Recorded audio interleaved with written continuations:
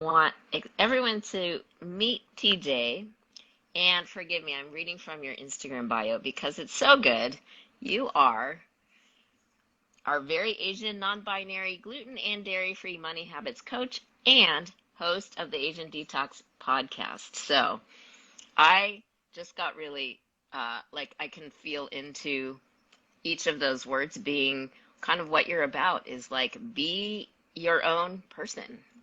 I get to Yeah. be exactly all these things. I get to be a long introduction of descriptions because we are all that kind of complex.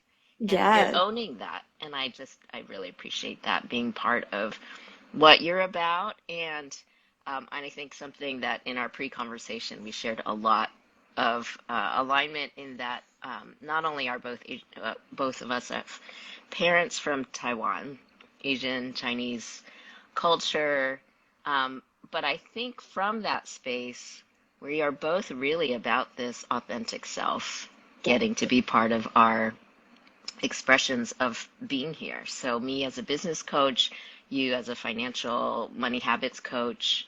So just really wanted to like welcome every bit of you, Thank every you. I aspect. appreciate that. Thank you.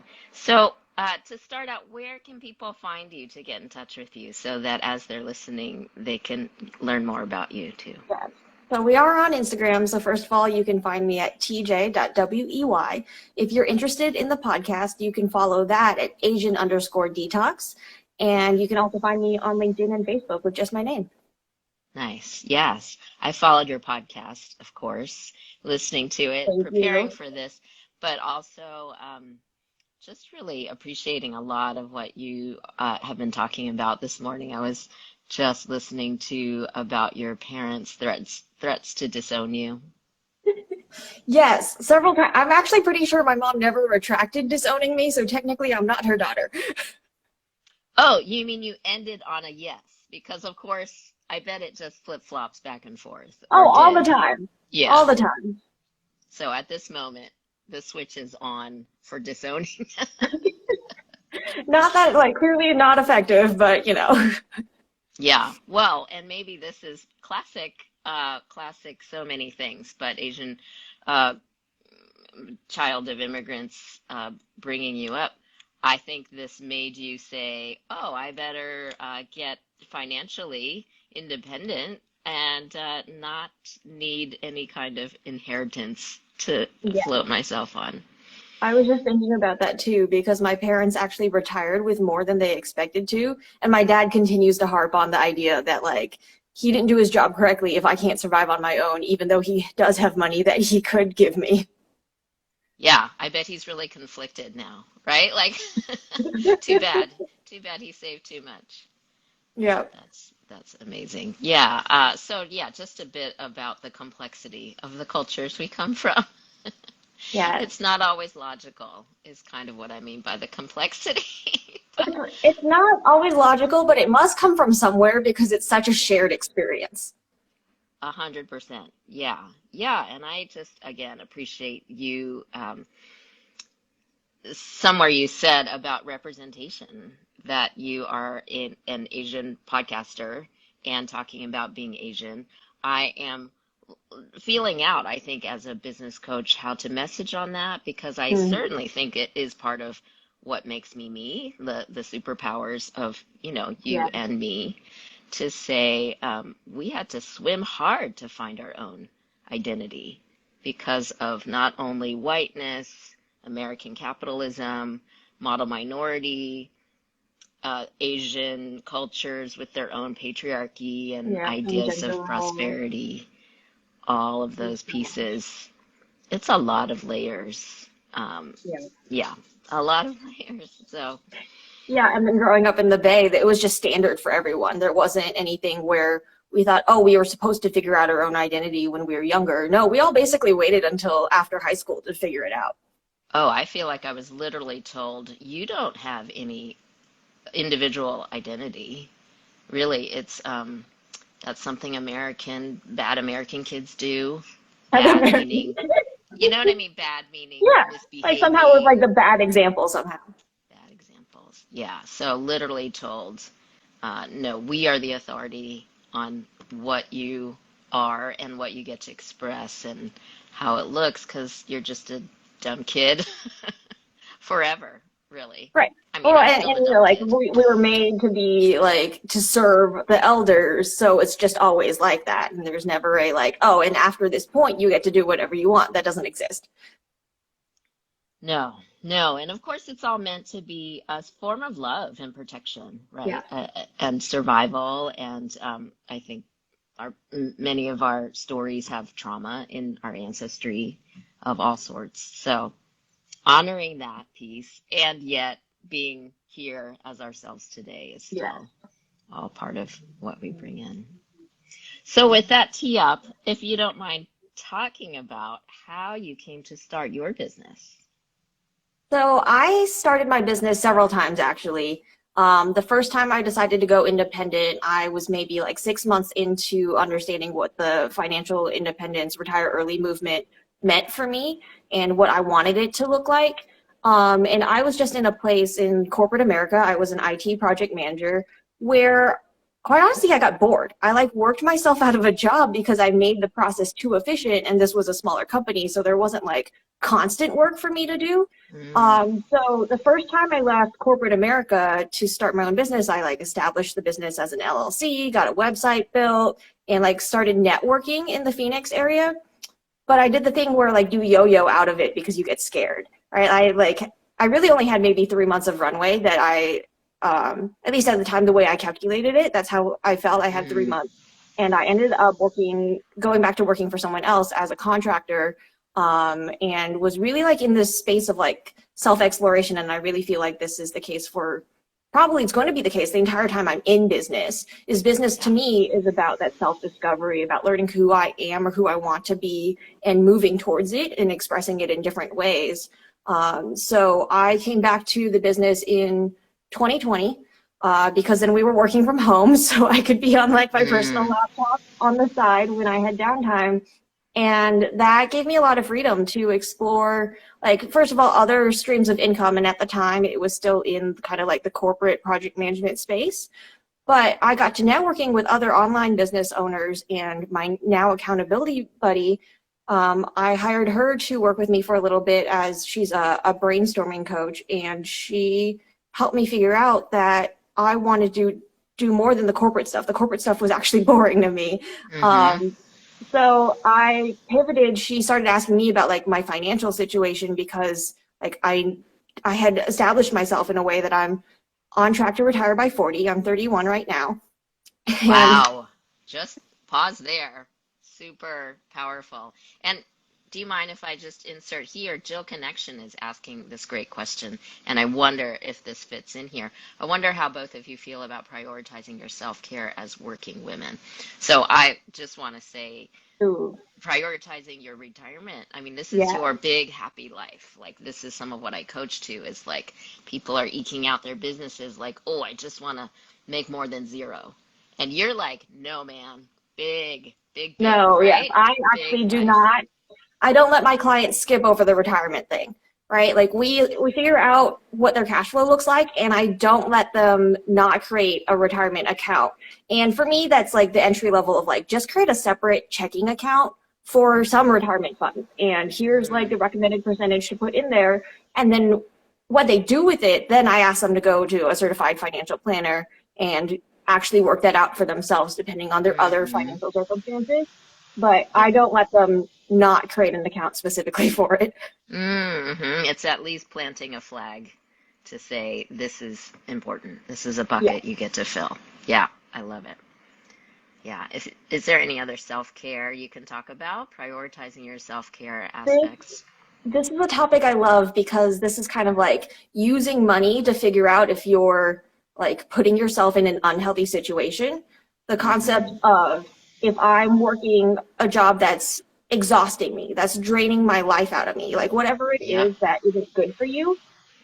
Usually what that looks like is that I come home and I can't figure out how to feed myself. Like I don't have the energy to cook. So then Right. I'm like ordering out all the time, and it's usually fast food. It's bad for you, all these things. And then the cycle of not sleeping well because you ate too Yes. late and you ate kind of garbage because you were feeling a little sorry for yourself, maybe Mm-hmm. emotional eating a Yes, little yes. bit.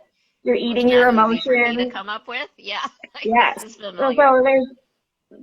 there's like how you spend on food, what the lack of sleep does to you health wise. So then you're going to the doctor more often. You might have other mental health issues as well. And I like using the like financials as a measuring stick to go, okay, if I look at like this past month, how much did I spend on food? How much of that was junk food versus like groceries? And like look at those Mm-hmm. categories, and if those numbers start creeping up, you can start using that to measure how much you haven't been taking care of yourself, how much your Yes. situation is so bad for you that you need to be doing something differently. Oh my And vice gosh. versa, you can also measure like, okay, I hate cleaning. Like some people enjoy cleaning as like a good relaxing activity, something they Can we like all get just through their get thing. ourselves together and clean each other's places? And But I'm the thing good is for just you. finding the You right clean for person, me. right? That's Yes, that's where exactly. I get anxiety because I like just I think it's a gender role thing where growing up raised female that you're like told that you're supposed to be good at domestic stuff. So the moment you try to Mm. hire somebody else to do it, it's like all the shame that comes down on you. Oh, interesting. I don't have that, but this is where to me, I just have the like make the money, or really my side is more like hire the cleaning person and then I'll make the Mm-hmm. money. Yes. So Yeah. that's a little snippet of my self-care Yeah. practices. So if you can overcome the shame that I feel at least about it, then you can start using like how much you invest in things that are not value add to you or that you don't personally enjoy, and use that as a metric versus what you spend on things that you know are like unhealthy habits, and use those to figure out where you are and whether or not you need to make a dramatic change. Because usually that means like go get a different job or talk to your manager about like adjusting the way your workload is or whatever that is. And my friend Lindsay Gordon just wrote a book, Right for You, and it's a great guideline on how to figure that out. So if anybody is in that situation, I highly recommend that. Awesome. Awesome. Jill Connection says, I so relate to that about looking at your food day to day and seeing how that costs you. Yeah, this is something that, of course, I work with almost everybody, business coaching clients are too busy.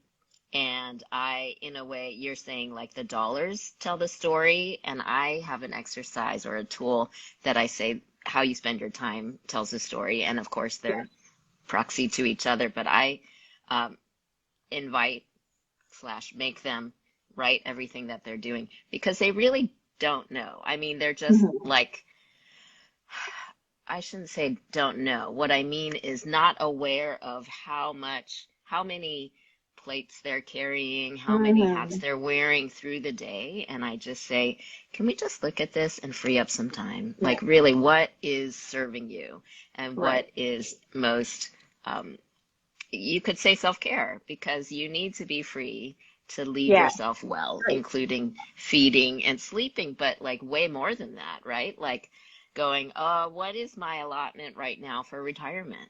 I mean, those are like high level questions. Yeah. And Not those can only be like stressful, right? they can be Can stressful. if you're imagining that you're like you don't have retirement covered, so then you're constantly working towards that goal, but like if you don't do the thing where you actually write it down, right? It's one thing to like technically in your head what it is, and our brains are amazing that way, but there's something different about writing it down and seeing it on paper or on your screen that like lets you see like from a different perspective what's really going on and whether or not you need to make a change.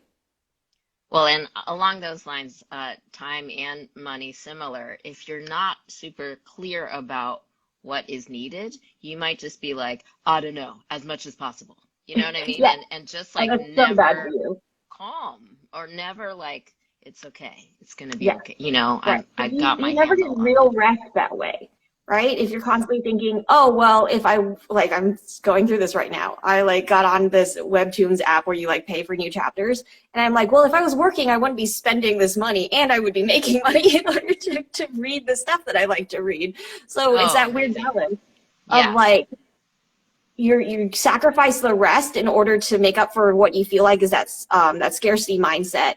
When if you just like knew what your real situation was or where your boundaries needed to be, you could relax and rest. And Enjoy. yes, and like Yeah. be completely there. And then Yeah. when you hit the little trigger that says, hey, okay, you've spent enough time on this or enough money on this or whatever it is, it's time to Hmm. switch. Then you can still be completely present in the thing that you have to do instead of constantly having half your mind working on something else. Totally. Totally. Um, I told you, I knew we can just talk, talk, talk. Um, so then you came to start your current iteration Yeah. from did we finish that story? You want Yeah. So we because I went think from I derailed us a little bit. Oh, you're good. So basically, like, obviously, I have a lot to say about like financials and money habits. And this is just a thing I do where I soaked up all this information. And my goal is to share it with people. And it's not just in the finance space. I'm actually starting to try to tack on a little bit more, not just money habits coach, but money habits and wellness coach. Because I'm Mm, not here just to talk about your money. Honestly, it gets a little boring when I talk about the technical things. What I want is how do we use that as the tool to get you to a place of well-being? totally. Same. Same. Welcome to Meal Brownies. Same because I would say too, like I'm not here to technical fix, tinker under the hood of a business if it's making more misery. So I Yeah, always say like it's important. You may feel that this is the problem, but really we need the foundation first. So yeah, absolutely. I'm super for it. And you know what, can I just say that the challenge I find as a coach is like, what do we do when we know this is the wellness is underneath the the money? And sometimes how do we talk about calling the right person who's feeling the financial part and we know that they're going to get the wellness part?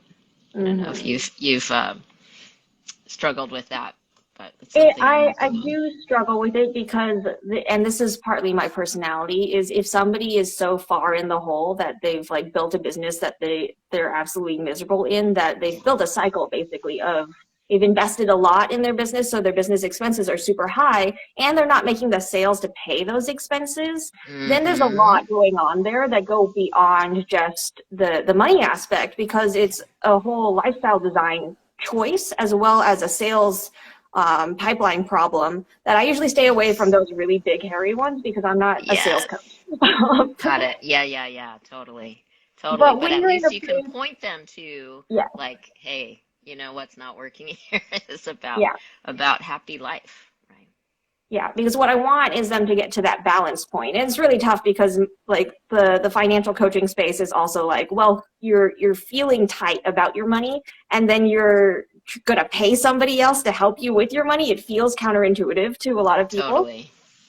So Totally. I more often end up working with people who know they're on the cusp of a new breakthrough. Like they've been making money, but they know that Mm, before they hit that next level, they want to have all their process in place.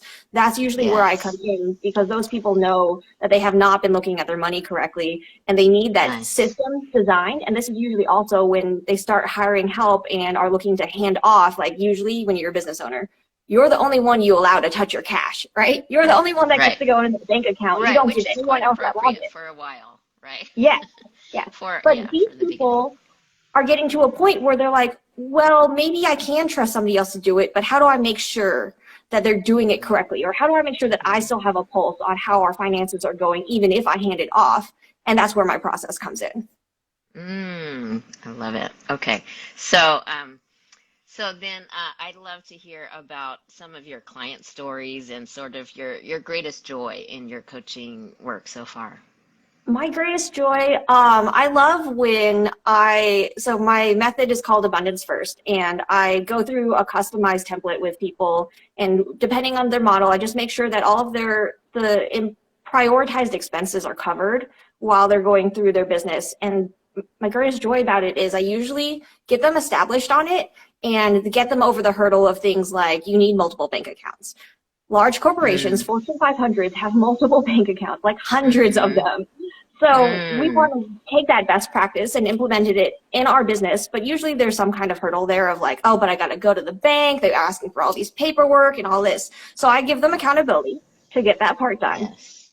And then Yes. after they've been on my method for about 2 months, they start making up their own ways of discovering like the beauty of the process, or they'll start implementing it in their personal business or in their personal money, right? Like Mm-hmm. I show them how to do it in the business, which is super easy to like isolate because it's a separate entity and it's less tangled Right. than your personal funds. Right. But then they go, oh, if this is working in my business, I can do it in my personal accounts. And like that creates so much magic and so much abundance in their lives that I get all of these Mm, stories about how much confidence they get of like now they can pay themselves without worrying about like undercutting the business, or that they are confident that they can pay their team members because that's what's most important to them. Some of them like they don't sure. need to make money from their business, but they want to make Right. sure their team members are Sure. still covered. So like those types of stories that I get like months down the line, that's what makes it amazing.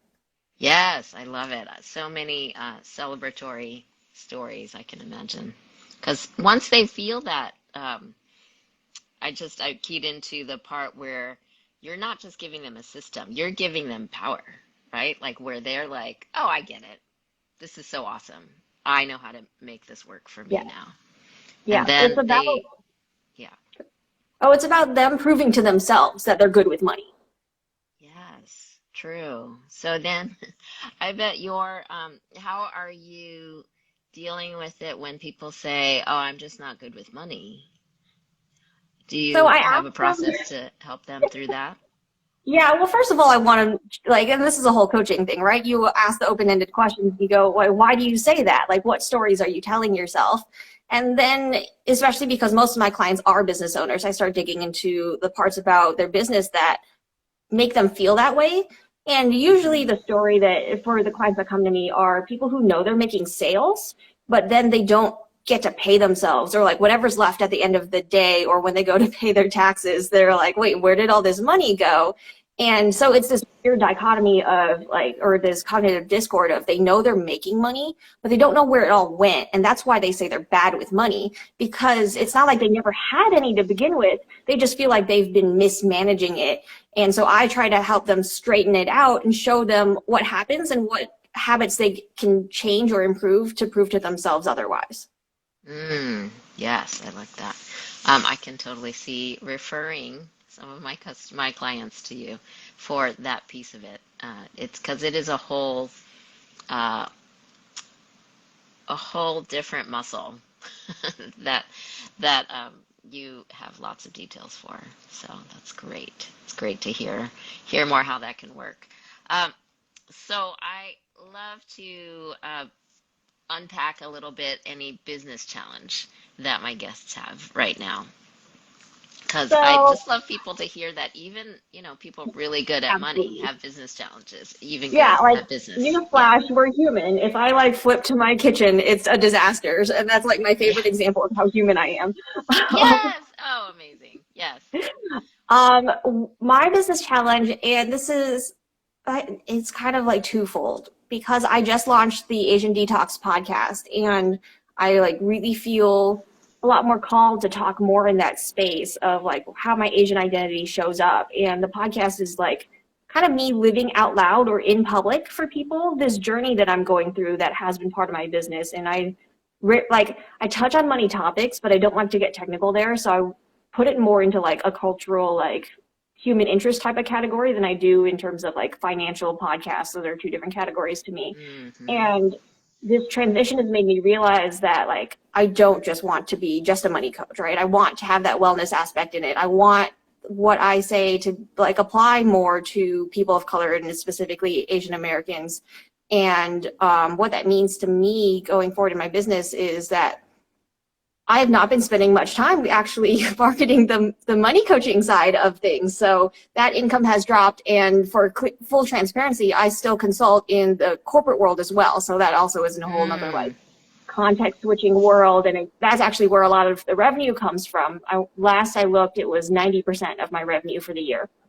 So Oh, that's how nice. I fund the Okay. podcast. And I'm first of all tired of the corporate stuff. I don't want to do it, which means I have to replace that income.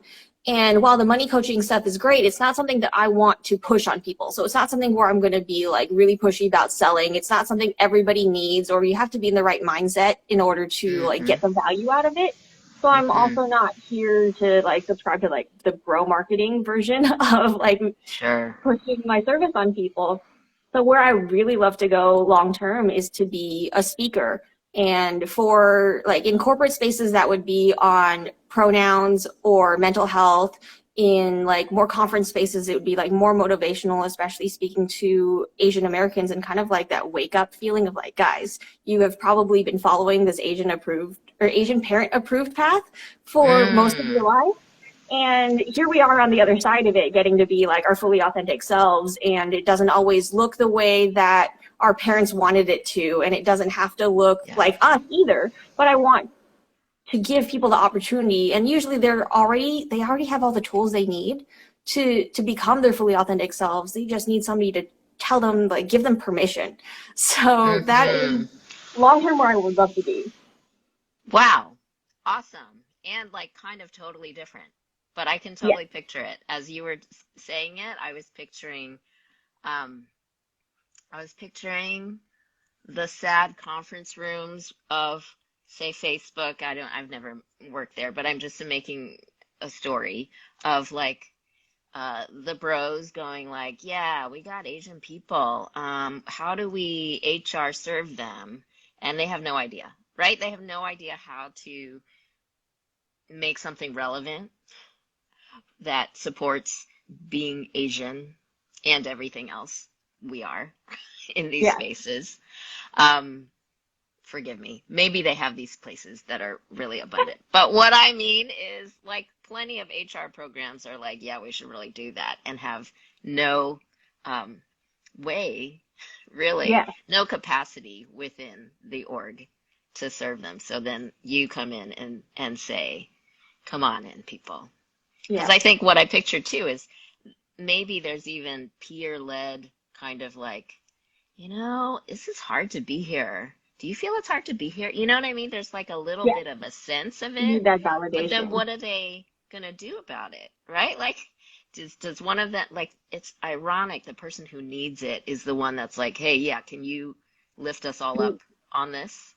Yeah, yeah. It's tough too because especially with the Asian culture too, you're like you feel trapped because you're taught that authority, like you just have to wait until they figure it out. And Yeah. you even though you know something's wrong. Like I went home to work in the Bay Area for a little bit and I thought I would like work with more Asians. And to be honest, I actually worked with more Asians at my first job in Arizona than I did when I went to NetApp in Oh, Sunnyvale. So totally um surprising. Yeah. yeah, it was. It's still like it's very obvious that clear like white power and authority like that's still, especially as you go like higher up, like directors and above. And there's actually I recently saw a statistic about this, especially for Asian women, that I want to say like 80% of them drop out before the director level for whatever Mm, reason. I didn't mm, read the whole study, yeah. but like that was really striking to me and really lined up with my personal experience. So it just speaks to how much there's not like somebody abdicating at that level to bring in programs like that. And we recently, like when we went through Asian American API month, and which also happens to be Mental Health Awareness Month on top of each other, Mm-hmm. I'm very passionate about. I realized that I kind of like missed the boat on that, especially because my podcast hadn't launched yet. But that's where I feel like that's the perfect opportunity where I would love to step in and say, hey, like you guys need to have an event around this topic, and I want to combine both because these are topics that we're not talking about in the Asian American Mm-hmm. community that we all crave. Mm-hmm. Mm-hmm. Yeah, I was thinking you not only offer, you said permission earlier, but what I think is like everyone is thinking their own individual thoughts. You offer a space, a room, a community to come together around you, and that you're convening the conversation instead of this like I don't know Isolation. who starts it.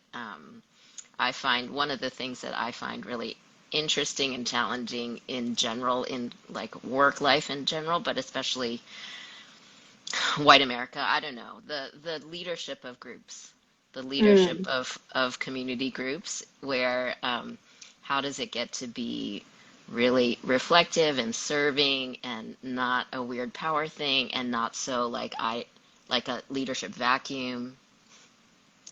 We yeah. all need to be leaders, right? And raising up leaders and just allowing ourselves voice. So this is, I think, another aspect of being people of color. Like, we are not trained in leadership all the time, and there's like a fear of using our voices and Of taking a like standing stand and out and causing standing trouble. out. Exactly, exactly. So I could really see that. So that's a whole different, seems to me. I mean, it's another, no, I mean, It's I a can see how transition, it, right? Like yes, how it connects with it, where you are. right. It's not something that happens overnight, especially because I have to take my audience along with me. But like the theme I always try to explain to business owners is that the connection is always about you. Like, most of us don't like being like and this is like a new age thing where being the brand as the person is more important than whatever like your company name is or whatever your product or service is. And I like that in the fact that it means that I can continue to carry that thread through because it's about me and who I am and how I present in the world. That it doesn't have to be like, wait, how did you get from like corporate IT stuff to money coaching to like motivational speaking? The answer is it's me. This is my journey and me Exactly. doing this out loud. Mm-hmm. Mm-hmm. Yeah, I mean, in fact, sometimes I think the most magical aligned path is that kind of path that doesn't make the usual corporate ladder sense. Yeah. It's that there is some hidden gem through line that it's, especially I find now at my ripe old age, like the hindsight is amazing. Like now Yeah. the gem that goes through that, doesn't make sense on the surface when you're about to do it. You look back and you're like, it was meant to be all along. Yeah. And Yeah. it's And just how you find that gem, right? Deeper, it is deeper. so true. And it's just so much easier to see in hindsight. But I really feel like, because for several years in corporate America, was talking to my leadership about what I wanted next. And we had kind of like a revolving doors of like new leaders. So they would always ask me this question. And I would say, I just want to bring all of my skills to the table. I have leadership skills, presentation skills, acting skills, all like, and then like project management, tech, coding, like all of these things. And usually in corporate America, your job description is so narrow that it's Yes. impossible to Yeah. get to do all of them. And it takes a lot of work between yourself and leadership to find that spot. Mm-hmm. Or you can just go do it on your own and make it I all was gonna happen. say the this is what I love about entrepreneurship is if you want a bunch of hats and you love getting to work all those muscles, it's so ideal. I Yes. love that. So, what do you think is your next kind of aligned action toward this goal? That is a tough one to me. And like for insight into like who I am or like my personality. So I subscribe to human design, if you're familiar. I am a projector, which means that I don't work at the pace of other people. There's only 25% of the population are projectors. I tend to work at a slower pace, which tends to frustrate some people who expect you to like ladder climb faster. What that means for me is that I take a lot of time to rest and like kind of incubate these ideas that I then can articulate so well in public because I've spent so much time Mm-hmm. thinking about them or having smaller Mm-hmm. conversations with other people. And then it comes into the world or like an opportunity arises where I get to take that fully formed like speech and then present it to the world in a product or way that is appreciated. So I don't fully know what like the next step is other than like concentrating and like manifesting this goal, like knowing that this is where I want to go and continuing to refine for myself the confidence in that topic because the way that I get to where I am is I have to be confident that I know what I'm doing or I know what I'm talking about so that when opportunities come by, because these opportunities come by all the time and usually you just ignore them when you don't feel ready or you brush them off. Like I am waiting till I'm ready to say yes to the opportunity because there's almost always some kind of opportunity that I've like ignored or passed on because I didn't feel ready. So I just have to make myself ready and appreciate myself in order to say yes to the opportunities. So, I'm just thinking about a client session I just had where I said, um, people, I often say like, can you journal about it? And people are like, oh, I hate journaling. So this is the way that I think people have felt like, ooh, yeah, I can see that is, watch the movie of this. I'm picturing you in some corporate space holding this gathering. And I'm thinking, like, for you, like, can you watch the movie of you holding that space? What does it look like? What does it feel like? What is your almost like headspace going into that? And what's your, like, watch the movie to when everybody, closes their notebook and gets up? Like, what are they all juiced up on? Or even like, are they just like getting up, or are they like, I don't know, jumping up, laughing, high-fiving each other, or whatever? I don't know. Right. High five sounds broy, Yeah. but you know what I mean? Just like, or sometimes I talk about it like you just finished a week at camp together, and like hugs and crying, like that kind of thing. Yeah. Anyway, just like, can you see the movie of you Yeah. being that person? Absolutely. Like this is like very much like some people do it as living manifestations, or this is like in the sports world, it's visualization of like being successful. And for me, like, I guess if I were to imagine what the responses are, especially if I'm talking about mental health, I don't expect high fives for mental health, but I do like, I love the feeling of having at least one person come up to me afterwards and tell me that they could relate to what I was saying, or I touched on something that they needed to hear that day. And that is what like makes that meaningful to me. Is like, I might have to shout to a room of 300 in order to get that one person to come up and say that to me, because first of all, like, I might have touched maybe 10 of them, but only one is going to come up and tell me so. And then that's what I want, is to say something that either people are thinking or are like on the cusp of needing to realize, and doing it out loud so that they don't have to then go and share it with the world or anything. It just needs to mean something to them. Mm-hmm.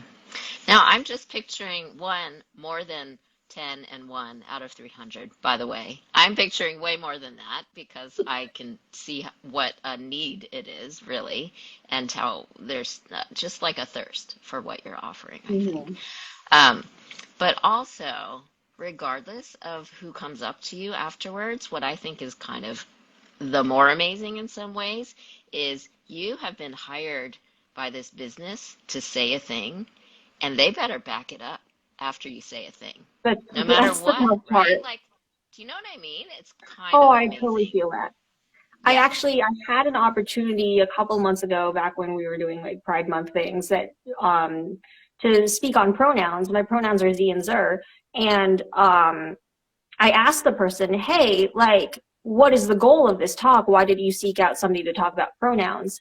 And I was like, is this informational, or is this like something that you're trying to change in your company? And this person told me that it was more informational, and I was like, I'm not sure I want to do this. If I'm going to come in, Yeah. and then you're Goodbye. and Yes. then it's Welcome, just like, prosperity gal. do Hello. you want me to open their eyes and then you're just going to slam the door in their face? Like, what is this? Yeah, I mean, do you want me to make us both hypocrites? Like, in a Yeah. way, right? Invite somebody to be vulnerable. Yeah, it's really bait switch.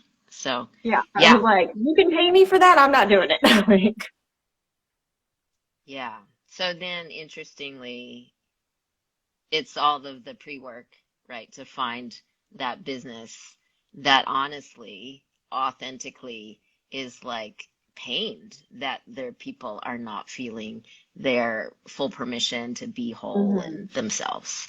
They're really like, oh man, I mean, either they're just uh empathetic humans, but I mean, bottom line, for real, right? It really matters that they're losing all of these super qualified Asian women because of whatever BS they don't even realize they were perpetrating. And they're like, the women are like, I got to get out of here.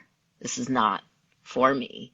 What they would have gained by making a place that worked for these highly qualified people. yes. So Yeah. maybe they'll just need to lock into that part and say, I guess we got to back this up now.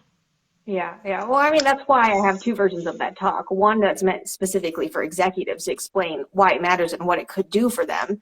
And then a bigger version to like help the organization actually adopt it. So you already have versions of these talks. Yes. They'll So always get you are better not the more I kidding. think about it. That yes, you cook on it first for a while. Yes. So yeah, so really I did in my mind then it really is just you telling the world, I'm ready for this. Are you Yes. ready for this? Talk to me. Exciting. That sounds so exciting.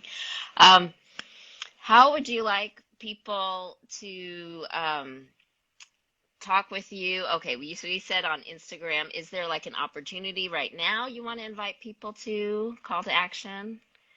Um, that's a great question. So season 1 of the Asian Detox podcast ends in November, and we're going to do a season 1 roundtable with most of our guests. One of them is in India, so the time zone didn't work for them, but Mm. I'm inviting all of the guests back to do a live Zoom with the audience, and I would love for people to attend and really experience that sense of community, because right now podcast format, like I'm talking to a guest, or I'm talking into a microphone and I can imagine who my audience is, but I would love to actually meet them and like really build that community. Ooh, so when is that going to happen? So that is November 29th at, I have to check. I don't have the time in front of me, but it Okay. is the evening for most US based people. And that link is not yet in my bio, but it should be up there next Wednesday. That's when Okay. I'll have the link available for pre-reg. That's great. That's great. I have you just reminded me I had that idea to have all of my previous podcast cast guests over for this fantastic dinner because I love feeding people. But so maybe we can work around your travel schedule. I think you said you come to Bay Area some, Yes, right? I do. My family is still over there. I'm actually going to swing by on my way to Thailand at the end of the month. So, Okay. and then I'll be back for winter holidays for sure as well. Okay, so we'll connect on dates. But I just love I have enjoyed every one of these conversations, and I just love the idea of everyone talking with each other because, of course, the through line is we're all deep in the swim, really Yeah. trying to serve people and achieve our dream goals, personal, but also impacting the world. So look forward to that. Thanks so much for your time, TJ, and just sharing with us your vision of a more beautiful future. Yeah. Thanks All for right. having me.